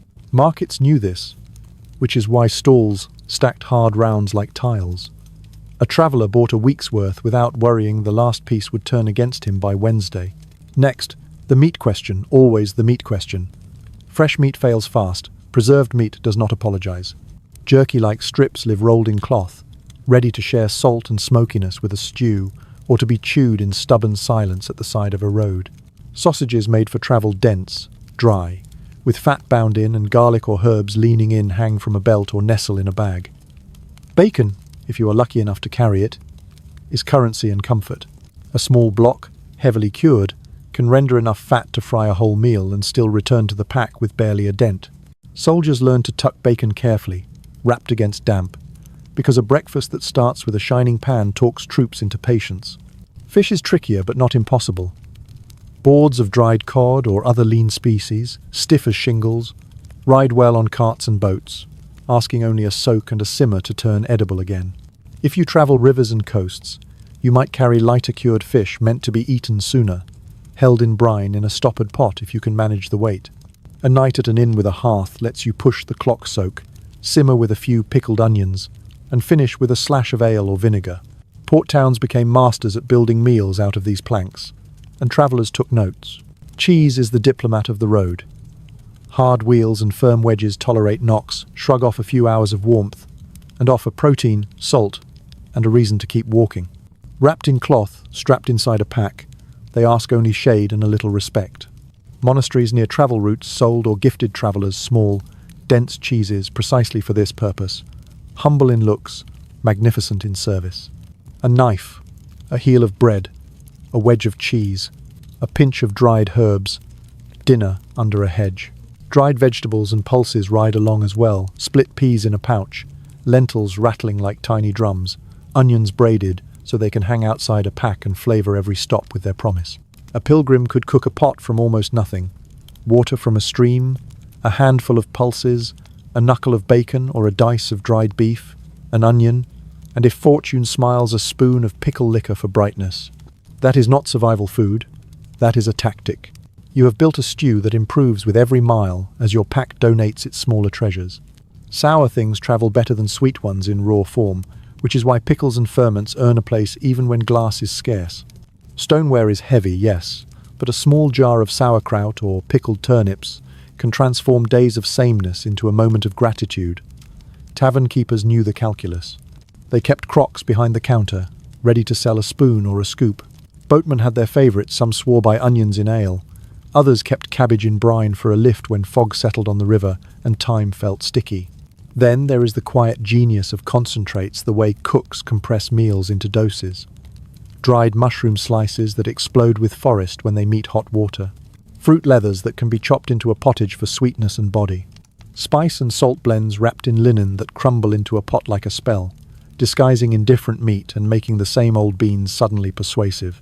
Even honey gets a traveller's assignment. A small jar to lacquer a fire, roasted root or soothe a sore throat on a raw night. Weight governs, so you trade mass for intensity whenever you can. Packaging turns into craft on the road. You line sacks with waxed cloth if you can afford it, or at least with oiled linen to shed damp. You cushion jars with straw or wool and strap them high to keep them from banging like bells. You split loads with companions, so no single person carries all the eggs, literal or otherwise. Boatmen lash crates so that a bad bump does not graduate into a disaster. Carters wedge barrels and lay sticks between them so they do not murder each other on rutted tracks. Every experienced traveller has a story of a ruined jar and a vow never to pack that way again. Markets become both pantry and information exchange. Travelling fairs, set to the rhythms of saints' days and seasons, spool out aisles of security, smoked eels coiled like ropes, strings of dried apples fanned like cards, pyramids of hard cheese, braids of garlic flashing white and purple, little cones of spice mixes, and, if you are lucky, a flask of something fortified that can both warm you and guard a jar of fruit. Merchants show off their preservation signatures, this town's ham, that village's dried pears, this abbey's vinegar onion, and travellers learn preferences the way modern people learn coffee orders. If you pass through the next valley, get their rye wheels. They last. Trust me. Soldiers live a harsher version of this economy. Campaign food has to forgive haste and neglect. Salted meat in barrels marches with the baggage, sometimes washed and boiled into surrender when it finally meets a pot. Dried peas and beans become the army's lullaby, cheap, filling, ready to meet salt pork halfway. Field kitchens spring up like mushrooms at dusk. Tripods, kettles. The shared grammar of chopping, stirring, waiting. Officers forage for morale in other ways too. A cask of ale if they can pay for it. A wheel of cheese from a scared market that wants the army gone. A stolen hour to fish a stream and pretend the day was about something else. Preservation does not make war noble. It makes hunger less powerful than it would be. Pilgrims, by contrast, run on small kindnesses. Hostels and priories along the routes keep thin soups ready, buckets of small beer, lumps of bread that taste better because someone handed them to you with a blessing. Your own pack carries the rest. A few indispensable things you refuse to be without. A pocket jar of pickle, a twist of salt, a dried apple that cheers you more than it feeds you, a coin to buy hot food when you reach a town. Preservation becomes fellowship. Your spare sausage for my spare onion. Your spoon of honey for my handful of lentils. Road food is as much about trust as it is about technique. Do not forget the river. Boats are where preservation basics become policy. Water is dangerous to food until you make it your ally. Fishermen lay boards of drying fish across gunwales when wind allows, then sweep them into shade when the weather turns. Bargemen keep kegs stoppered and lashed, because one loose bung can turn supper into a memory. Inns at landings become laboratories. Their cooks are experts at reviving tired goods. Soak this, simmer that. Whip the last of a jar of pickled cherries into a sauce that flatters salt beef and makes travellers look up from their bowls and smile. Ports teach inland kitchens tricks, and inland kitchens teach ports thrift. Recipes travel faster than carts. The road also edits the larder at home. If a product survives travel well and delights people on arrival, a village makes more of it next season and learns to pack it smarter. A famously steady cheese changes a valley's pasture habits. A dried pear that keeps its shape a month out alters pruning and harvest schedules. A sausage a garrison loves becomes a town's calling card. Preservation, in other words, is not just a response to need. It is an engine of trade, taste, and identity. What do you keep well becomes who are you? Night falls on our roadside camp, and the inventory looks simple. A pot stacked on stones, a scrap of bacon hissing, a handful of peas tumbling in, an onion softening at the edges, bread soaking into tenderness, a spoon of pickle liquor for brightness, and a slice of cheese to end it all. There is a generosity to it that airports cannot match. The meal tastes like decisions made months ago by hands that planned for this very hour. Tomorrow's miles feel a little shorter because tonight's bowl is warm and honest. In the morning, we will turn back toward the house, not because the road has run out of lessons, but because the whole point of these methods is what happens at the table when the door shuts and the family leans in. Preservation is not a museum, it is a menu. Next, we will cook with the pantry we built. How salted, smoked, dried, soured, honeyed, and spirited foods shaped daily meals and feast days, and how cooks layered them so plates felt abundant even when fields were asleep. Open the cupboard doors you have spent months filling, and ask the real question: how do we turn all this preparedness into meals that feel alive? Preservation is only impressive if it leads to dinner people want to eat twice. Medieval cooks were experts at that last leap from technique to taste, from storage to story. They worked with a palate where time itself was an ingredient. Salt, smoke, sour, sweet, and spirit were not just ways to avoid waste. They were building blocks of flavor. The kitchen's daily rhythm, the week's fast days and feast days, the calendar of saints and seasons, all of it flowed through those jars, crocks, sacks, and hooks. Start with an ordinary winter morning, when the stove breathes low and the yard is iron. Breakfast needs to be warm, quick, and honest. A pot of pottage, yesterday's grain loosened with small beer or whey, meets a spoon of chopped dried fruit for lift and a lick of honey for kindness. If a bit of bacon fat renders in the pan first, the aroma alone convinces you that daylight is worth meeting. On other days, a heel of hard bread softens in broth built from bones saved and simmered. A pinch of dried savory or thyme, rubbed between your palms, wakes the bowl with a green memory. Preservation is reheated Sunday. Midday meals lean practical. A travelling labourer dips dried beef into hot water to relax it, slices it fine, and drops it into onions that were started in a little lard.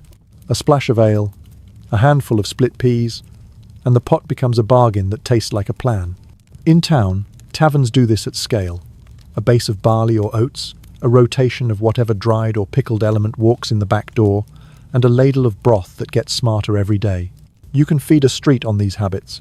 Dinner is where the house shows its craft. The simplest plate might be a piece of saltfish revived with care, soaked and gently simmered, then glossed with oil and crowned with a tangle of pickled onions. That trio, soft, rich, bright, teaches a lesson modern chefs still chase. Another evening brings a broth strengthened with the rind of a hard cheese you would never waste, a coin or two of smoked sausage, and a handful of cabbage from a crock, rinsed to the right sparkle. Bread on the side? Always, and not just as filler. Toasted in a pan slicked with fat, it becomes a utensil and a treat. Notice the math at work. Salt draws you in but needs sour to balance it. Smoke adds bass notes, herbs add treble. Dried fruit offers sweetness with texture, not syrup. Alcohol preserves fruit, and then volunteers as sauce or glaze. Honey gives sheen and resonance to roots and birds. None of this is accidental. A medieval cook is not throwing preserved things into a pot because they are there. They are building chords. If salt pork is the melody, pickled beets are the harmony, and a fist of barley is the rhythm section that makes the song dance. Fast days push the pantry in other directions. No meat? No problem if you planned. Dried mushrooms deepen a fishless soup in a way that feels like a secret handshake. A loaf of yesterday's bread, sliced, dried again into rusks, then floated in garlicky broth, becomes a meal with swagger.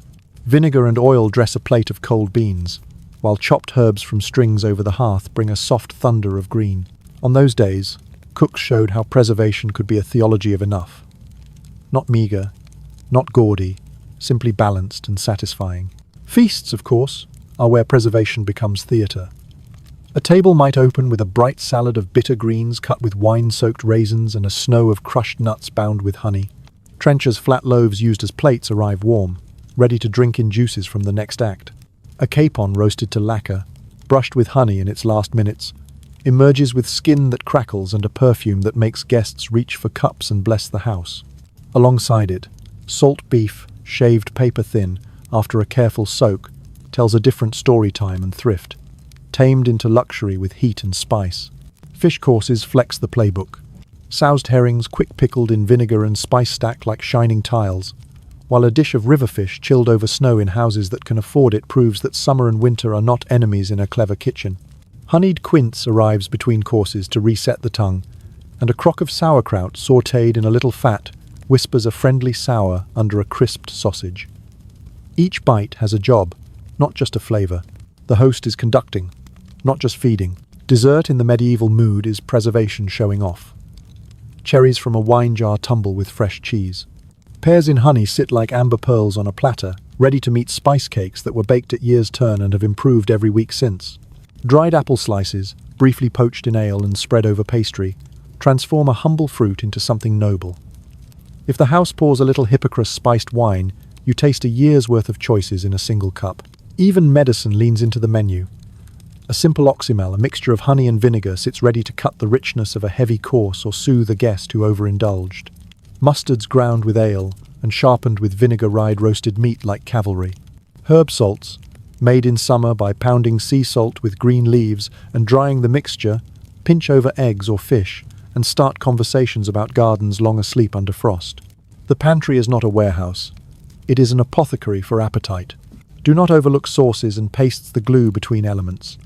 A walnut and honey paste spreads under slices of smoked ham. A mash of dried prunes stewed with wine becomes a sauce for game, making lean meat feel generous. A spoon of the pickling liquor from onions, bright, spicy, slightly sweet, rescues a gravy that grew sleepy. Even brine has a second life. Thinned and simmered with herbs, it becomes a broth that whispers of the sea even when you live a week from the coast. Creativity in this kitchen is not about inventing new ingredients. It is about reinterpreting the ones you fought to keep. What about mistakes? Part of the craft is recovery. If salt lingers too loudly in a cured cut, A longer soak and a stew with root vegetables gather it back into balance. If dried meat turns stubborn, pounding and a slow braise persuade it to be nice. If a ferment races and turns too sharp, you tame it with a wash in fresh water, a little honey, and a seat by the fire with butter and onions. If wine cherries get boisterous, you reduce their liquor into a syrup and paint it onto a roast. Nothing is wasted, because the pantry speaks multiple dialects of later. Menus, like music, have forms. A workday supper might be thick, thin, thick, a hearty pottage, a sharp salad, a slice of something dense and sweet. A feast might be cold, hot, alternating textures and temperatures to keep guests interested and to give the hearth crew room to breathe. Preserved foods make these patterns reliable. A jar will not refuse you because rain kept the fire sulking. A smoked piece keeps its promise, even if the market sends you home with fish that smelled too hopeful. That is the quiet gift of the methods we have followed. They smooth the bumps of life, and they define a place. Regions become flavors because of what they can preserve well and what they love to preserve often. A valley, famous for its hams, writes itself into every stew and festival. A coastal town that dries its fish with a particular patience, tastes of wind in every bowl. An abbey that pickles small onions in ale and guards the recipe like a psalm becomes a destination, not just a stop. When neighbors swap jars and slices, they are not just trading calories, they are trading identity. At the end of a long day, the table is a ledger that balances. You made deposits in summer salted, smoked, dried, soured, honeyed, spirited, and now you draw against them with gratitude. The food is not smug, it is generous. It tastes of decisions and of care, of weather you listen to and mistakes you learn from, of animals respected and plants tended, of hands that knew when to add and when to wait. That is why a medieval supper can feel surprisingly modern. It is seasonal eating extended by skill, not by denial. Tomorrow we will walk behind the curtain and meet the people who kept this machine running. The cooks, servants, brewers, bakers and keepers, whose roles interlocked like gears. We will watch a slaughter day unfold like choreography, an autumn preserving week run like a festival, and a feast day rise from chaos into order. Preservation is a method. In human hands, it becomes a profession, a hierarchy, and, at its best, a shared pride that keeps a community fed when the fields sleep. Step into a working household on a crisp autumn morning, and you will see preservation not as a list of techniques, but as a cast of people, each with a lane that overlaps the next like shingles on a roof. The medieval kitchen is a hierarchy and a hive, a place where knowledge travels by watching, correcting, and repeating until muscle and memory are the same thing. Titles vary from manor to monastery to townhouse, but the orchestra sounds familiar. A head cook calling the tempo, undercooks and spit, boys keeping the rhythm, dairymaids coaxing cream into form, brewers shepherding grains into beer, bakers turning fields into loaves, a cellarer guarding the house's cold memory, and specialists, beekeepers, salters, smokers who handle the high-stakes moves. Preservation is people. Meet the head cook first, because everything bends toward their plan. This is logistics dressed as hospitality. They know which shelf hides last winter's emergency jar, and which barrel is for feast days only. They read weather like an almanac, and the household like an abacus. The head cook's authority comes not just from recipes, but from the ability to stack tasks so nothing waits alone. While meat cures, brine cools. While loaves rise, herbs get tied. While the hearth is hot for roasting, it also dries a new batch of fruit at the rafters. Wasted heat is a sin, wasted time is too. Under them, an undercook with sharp eyes handles the knife work and the quiet rescues, trimming fat that will turn rancid in the wrong cure, slicing meat thin enough to dry without drama, peering into crocks to decide if the bubble pattern says, all is well, or get me salt. The spit boy or girl, depending on the household, turns meat at the hearth, mastering the patient, even rotation that keeps drippings for gravies and keeps skins from blistering into waste. In a corner, a scullion scrubs and scrapes with a persistence that preserves the future. Clean racks and knives are how tomorrow's food stays safe. Slide to the dairy and meet the dairymaid, a scientist with no instruments. Her hands know the temperatures that words cannot pin down. She skims cream by sight, churns by sound, and sets curds with a timing that ignores bells and heeds only the curd's own sigh. She is preservation incarnate. Butter packed in brine, cheeses salted and turned, whey saved for baking and for brines that prefer a softer edge. In houses with a spring house, she is also the warden of coolth, policing who gets to rest in the troughs and for how long. Milk sulks under heat. She never forgets it. The brewer lives close by, because brewing is daily preservation, turning perishable grain and water into something safer and sturdier. Small beer for thirst and kitchen use, stronger ale for celebrations and cooked sauces. The spent grain feeds animals or becomes bread with a personality. The brewer's casks also do side gigs. A jar of pickled onions needs topping up with ale vinegar. A marinade asks for a pint to soften a tough cut. A sauce begs for the bitter that makes sweetness honest. In lean households, the cook and brewer may be the same person, which is another way to say this. Skills stack. The baker is a timekeeper. Their oven schedule anchors the day dough mixed at dawn, loaves out by mid-morning. Then the falling heat becomes a resource for drying and for slow-cooking dishes that do not need the hearth's attention. Bakers think in sequences. First, the hottest crusty rounds, then pastries and spice cakes. Then, while the stones sigh into warmth, a pan of herbs to dry, or trays of fruit leather to set. In a town, the communal oven turns this into theatre. Families queue, gossip, and watch the preservation calendar play out as trays and pans cycle through one mouth of heat. The cellarer is the accountant of cool. Keys clink at their belt, and a small wax tablet or just a mind like a ledger records what goes down and what comes up. They manage shelves, so oldest comes forward, and nothing dies of neglect. They taste brine, crack open a jar to check fruit, and frown at a barrel that weeps. Their power is quiet but absolute. Anyone who borrows without asking will meet a winter without favours. If the head cook writes the score, the cellarer keeps the metronome. Now watch a slaughter day, the most choreographed moment in the preserving year. It starts before dawn with tools laid out like an altar. Knives honed to impatience, hooks scrubbed, tubs scoured, salt ready in crocks. The head cook has assigned roles the night before. One team handles the killing and bleeding fast, clean, respectful. Another manages scalding or skinning, scraping hair from a hog or easing a pelt free from a sheep. The organ meats, perishable and precious, go first to the fire or the salter, depending on the plan. A third team breaks the carcass into its destinies. Fresh roasts for the next 2 days, bellies for bacon, hams for cure, bones for stock, leaf fat for rendering, skin for cracklings. The salter moves like a scribe copying a sacred text. No mistakes, no hurry, no slack.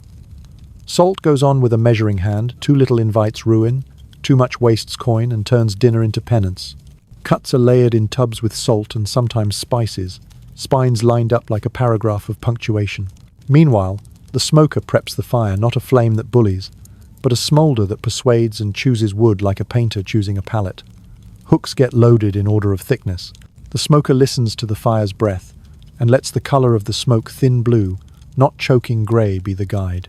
Across the yard, fat melts into tallow or lard in great, solemn kettles, the scum skimmed, the liquid strained and poured off into jars that will grease a winter's worth of pans and preserve a dozen jars of potted meats. Cracklings pop like applause. Someone always steals a hot piece and burns their mouth and pronounces it worth the lesson. In the kitchen, skins are scraped and salted for later use, intestines cleaned for sausage casings, and offal turned quickly into pies or puddings, because the clock on those parts is short and unforgiving. By afternoon, the butchery turns to strings and ties. Sausage mixtures, lean and fat, salt and herb get pushed into casings by hands that feel texture as truth. Links hang in neat parades to dry, and in some households, to catch a skim of smoke. The dairymaid arrives with curds for cheese that will marry well with tomorrow's fresh liver. The baker sends warm bread to satisfy the crew. The brewer brings small beer to clean throats and hands. The cellarer collects notes. Which tub is which? How many days until the first turn? What shelf will take the smoked bellies when they are cool? Slaughter day is loud, fast, and full of small judgments that stack into a winter. It is also a holiday of competence. A community proves it can meet the season and bow it to the table.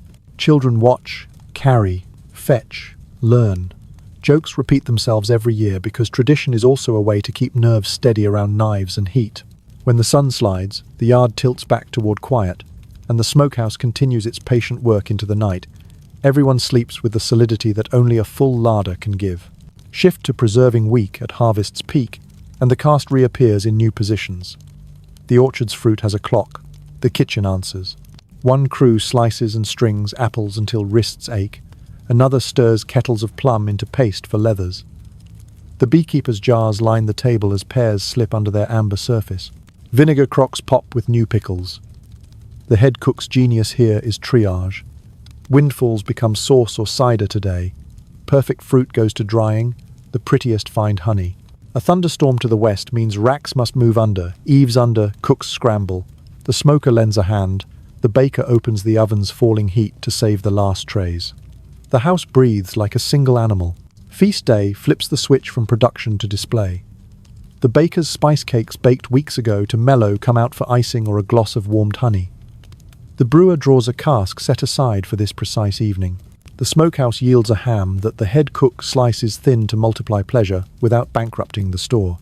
The dairymaid unmolds a cheese at the peak of its prime. The cellarer approves a jar of wine cherries to cut the richness. Every discipline contributes, and the table shines, not as a random parade, but as a composition. Cold, hot, bright, rich, bite, melt. Guests smile because the house tastes like competence. In town, guilds formalize these roles, bakers with rules about flour and weight, brewers swearing by cleanliness of casks, butchers leaning on standards that keep the meat honest, fishmongers tied to tides and fasts, spice sellers guarding blends like scripture. In monasteries, the roles are vows as much as jobs. Silence in the dairy, prayer over the bread, a psalm whispered in the cellar as a jar is lifted and notated. On farms, titles blur but the skills do not. A mother's hands carry 3 guilds worth of knowledge. A child's chores become apprenticeships before the child knows the word. What binds all of this is habit, the dailiness that turns failure rare. Knives are put away sharp. Racks get wiped the same hour every afternoon. Crocks are checked with a finger and a nose before the first bell rings. Fires are started with humility, not bravado. Someone owns the salt level. Someone owns the smoke. Someone owns the keys. And everyone owns the winter. That is the unglamorous heroism of medieval preservation.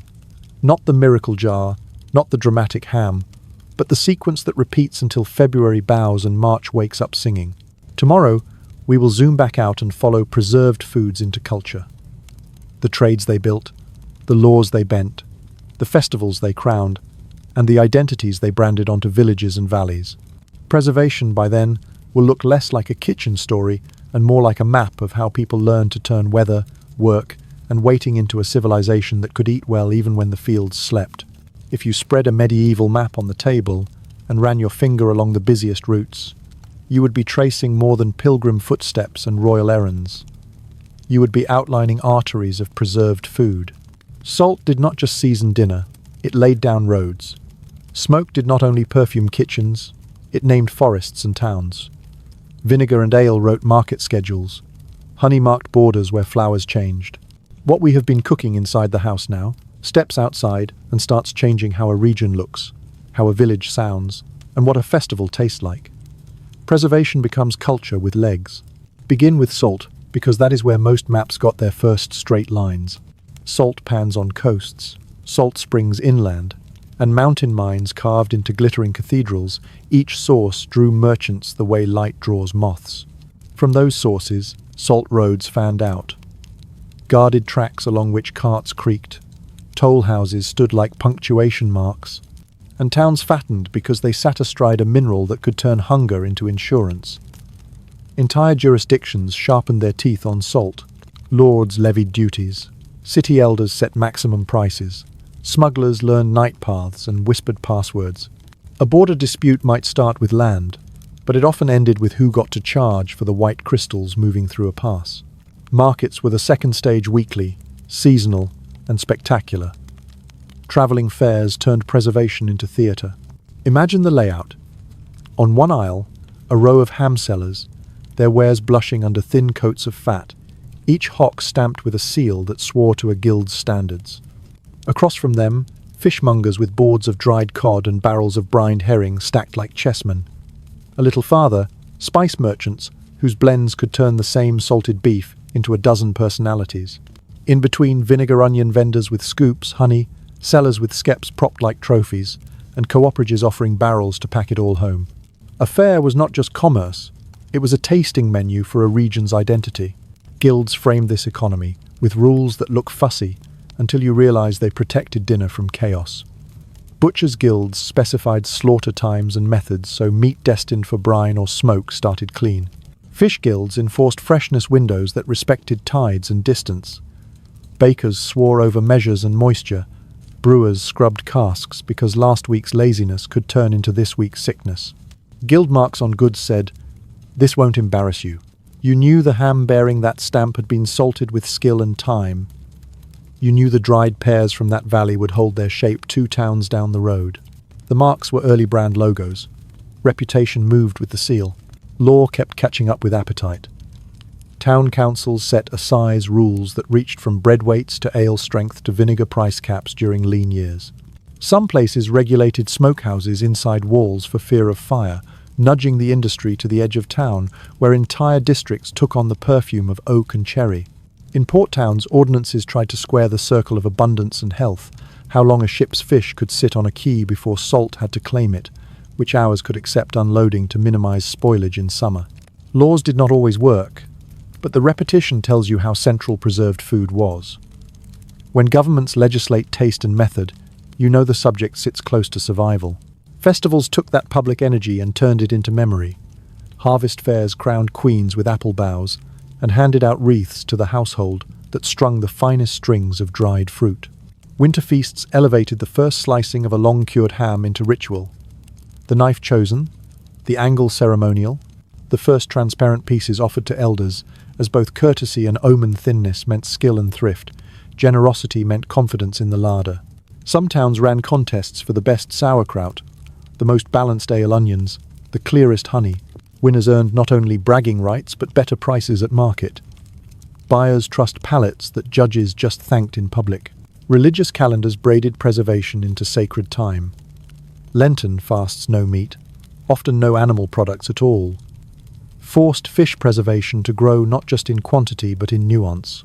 Monasteries near rivers became research labs for brines and smokes that kept fish dignified weeks away from water. Feast days did the opposite. They pulled the good jars forward. A saint's day might call for honeyed pears, or a spice cake mellowed since Advent, a public signal that the house stewarded time well. Parish cookbooks, more memory than manuscript, encoded these flavors into the year so that a bite told you where you were on the calendar as surely as the church bell did. Trade routes turned preserved foods into ambassadors. A merchant's pack spread flavors like rumors. One town's sweet vinegar pickles gained a foothold 3 fairs away. A monastery's ale-infused mustard hitched rides in pilgrims' satchels and showed up on distant tavern boards. Coastal dried fish taught inland cooks how to wake a tired stew. Mountain smoke taught coastal households to temper heat and patience. Recipes bent to ingredients, then returned home with souvenirs. That is how cuisine happens.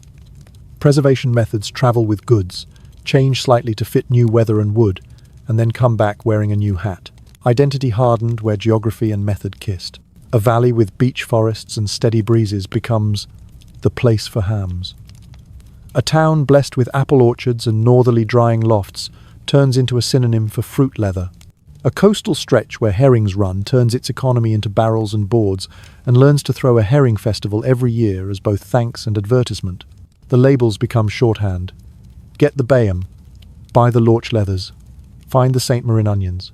Ask 10 travelers about a region, and half will answer with a preserved thing. Even architecture bowed to food.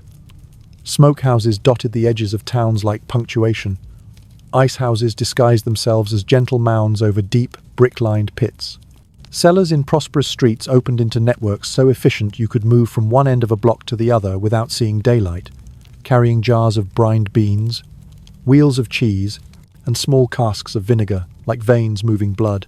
In some places, cooperative curing sheds formed the medieval equivalent of a shared commercial kitchen, where families rented racks during peak pig-killing weeks, paying in coin or in a slice of the finished bacon.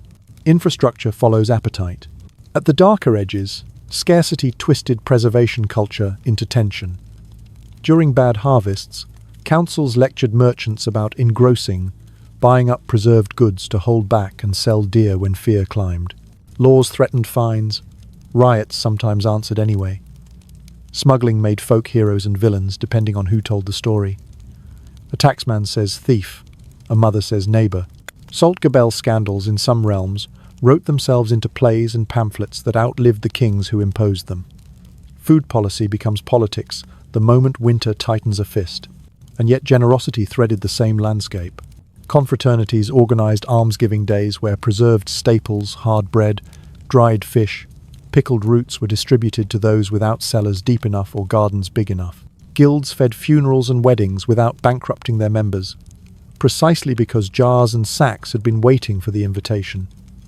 During sieges, it was preserved food that held walls and morale. After sieges, it was preserved food that let neighbourhoods breathe while fields healed. Survival and celebration used the same tools, only the lighting changed. Recipes themselves became a kind of law, codified not on parchment, but in repetition so exact it might as well have been sworn. 3 parts, salt to 100 of meat. Turn the ham on the 4th day. Open the vent in wet weather, keep pears meant for honeyed jars off the ground. Mothers barked them, apprentices muttered them, monks copied them when they could, and merchants marketed them. That last piece might sound modern, but listen. Our kraut is light with caraway. Our cherries take sweet wine twice. Our vinegar never bites. Slogans are just recipes that have learned to smile. By now you can see how preserved food stopped being merely a house's private insurance and became public language. It named years. The winter of cabbage, the lean bacon year, the summer of honey. It named families, the smokehouse Barts, the kraut makers. It named places, trades, and even temperaments. A thrifty valley that cured small, hard hams acquired a reputation for frugality. A river town that always brought sourced fish to feast tables became known for hospitality. When people described their home to strangers, they did not quote population. They offered a slice or a spoon. Tomorrow we bring it home literally and figuratively. We will look at the long arc from those smoky rafters and clay crocks to our modern kitchens. What we kept, what we forgot, what came roaring back, and how the old rhythms still hide inside weekday dinners. We will open the fridge with gratitude, listen for the echoes of cellars in our habits, and leave you with a map for using preservation not just to stock a pantry, but to write a life that tastes prepared, generous, and deeply good. Open your fridge and smile. You are looking at a tiny, humming cellar. The light clicks on, the chill settles, and you stand in front of a modern answer to a medieval prayer. But look closer, and you will see that the best things we do in kitchens today are the same moves our ancestors rehearsed by firelight and moonlight. Salt with intention, smoke for armor, cool for calm, dry for time, ferment for life, sweeten to seal, and let wine or ale carry flavor while it protects. The difference is that we get to play these moves on easy mode. Power buttons stand in for north-facing vents. Hygrometers hide in drawers. Yet the melody is unchanged. Control what you can, respect what you cannot, and make the plate sing. What did we keep? Plenty. Bacon, ham, jerky, smoked fish, dried fruit, hard cheese, pickles, mustards, vinegars, honeyed nuts, mead, fortified wines. The grocery store is a museum of old solutions in bright packaging. Your freezer is simply a deep winter on demand. Your dehydrator is a loft with better weather. Your sourdough starter is a monastery that learned to text. Even our meal prep trend borrows the medieval idea of time, banking. If you want a good Thursday, do some smart work on Sunday. What did we forget? Mainly rhythm. Medieval cooks lived by a calendar that told them when to cure, when to dry, when to ferment, and when to eat. We drifted from that sequence because convenience let us pretend seasons do not matter. The cost is subtle. Food tastes flatter, waste climbs, panic shopping peaks around every corner. The way back is not nostalgia. It is pattern. Rebuild a tiny version of their year in your week. Try this map for modern life. Sunday, salt and plan. Season aggressively for the days ahead. Salt a batch of chicken thighs overnight. By Tuesday, they will cook faster, brown better, and stay juicier. Whip up a strong brine. Think 6–8% by weight for a jar of sliced cucumbers and onions. They will steady your sandwiches all week. Toss a handful of kosher salt over sliced cabbage. Knead until it weeps. Pack it tight. Weight it. and let it whisper on the counter the start of a small crock of kraut that will be ready just as midweek needs brightness. Monday smoke or roast with armor. No smokehouse? Use the grill or a stovetop smoking setup with a foil packet of hardwood chips. Even 10 minutes of gentle smoke on mushrooms, tofu, or a small pork loin adds protection and personality. If smoke is a no, give tonight's roast a glaze, honey and vinegar or wine reduction so leftovers hold better and reheat with shine instead of sulk. Tuesday, cool and portion. Channel the cellarer. Portion soup into jars, cool fast, ice bath or shallow pans, and line up the week's lunches. Tuck butter into a covered dish in the coldest corner. It behaves like a mini brine. Wrap herbs in barely damp towels in vented containers so they keep like bundles on a beam. Label with arrogance. Soon. Later. Only if desperate. Future. You will applaud present. Use bossiness. Wednesday, dry and concentrate. Use the oven's falling heat or a countertop dehydrator. Make a tray of tomato coins, apple slices, or citrus zest confetti. Store them in small jars. A teaspoon of dried tomato into a pan sauce is a weeknight superpower. A handful of dried apple jolts oatmeal awake. A sprinkle of zest turns roasted vegetables into something guests assume took 3 more steps. Thursday, ferment and brighten. Taste the kraut. If it is lively, move a jar to the fridge to slow it down. Start a quick vinegar pickle with whatever is sagging. Radishes, carrots, a lonely half onion. Open a bottle of good vinegar and put it on the counter where you will use it. The closer it is to your hand, the more a dull pan sauce becomes a balanced one. Make oxymel honey, plus vinegar plus hot water, if throats are scratchy or spirits are low. Friday, spirit and celebrate. Slide a cup of berries or cherries into a jar with a splash of wine or vermouth and a spoon of sugar. Tomorrow's pancakes just became an event. Finish the week's war on waste by cooking a library stew. Small scraps of meat, ends of dried sausage, a handful of beans, pickling liquor to wake it up, a rind of cheese for depth. Preservation is not only saving food, it is saving effort. Saturday, reset and share. Take inventory with the blunt honesty of a medieval cellarer. What is oldest? Move it forward. What duplicated itself? Combine. What failed? Learn. Too little salt, too much air, not enough label. Then practice the social side of preservation. Trade a jar with a friend. Bring pickled onions to a potluck. Send someone home with a wedge of hard cheese and a small jar of honeyed nuts. Community is a method too. Flavor math still applies. Salty begs for sour. Smoky wants sweet or acid. Fat wants bitter greens or mustard's nip. Dried needs wet to bloom. Fermented needs richness to frame its tang. Honeyed wants salt to keep it from cloying. Alcohol-preserved fruit needs cream or pastry to catch it. Once you hear these chords, you can play them in anything from a 10-minute skillet to a holiday feast. Waste shrinks when you think like a steward. Chicken bones become stock. Stock becomes risotto. Leftover risotto becomes arancini. Pickle brine finishes a pan sauce. Sauerkraut juice spikes a salad dressing. Dried fruit ends sweeten a braise. Your freezer should not be a graveyard. It should be a time bank with deposits you actually spend. Label dates. Keep a use me next bin. Rotate like a pro. Tools help, but discipline helps more. A sharp knife prevents ragged cuts that dry poorly. A cheap digital scale makes brines sane. Clean jars and a funnel turn chaos into shelves that make sense. A small smoker or a grill with a lid earns its spot by giving you that protective, delicious edge. If space is tight, choose a single hero. A big jar for weekly pickles, a dehydrator tray you run while the oven cools, or a dedicated shelf for ferments in progress, so they do not get lost. And then there is the emotional piece. Preserved food is confidence you can taste. A jar of something bright in your fridge turns a random Tuesday into a decision instead of a default. A small stash of dried mushrooms says you can feed surprise guests without panic. A crock on the counter says your kitchen is alive even when the farmer's market naps. Hospitality becomes easier because you always have one more thing you can offer that is not just filler but personality. You do not need to recreate a smokehouse in your yard or dig an ice pit to live this way. You need a few repeating habits, some labeled jars, and the willingness to let time do part of your cooking. The reward is not only fewer emergency runs and less waste, it is food that tastes like you meant it. Our medieval teachers were not quaint, they were brilliant. They made flavor out of necessity and stability out of season. We get to keep the flavor and skip the fear. So open the fridge like you are opening a cellar door.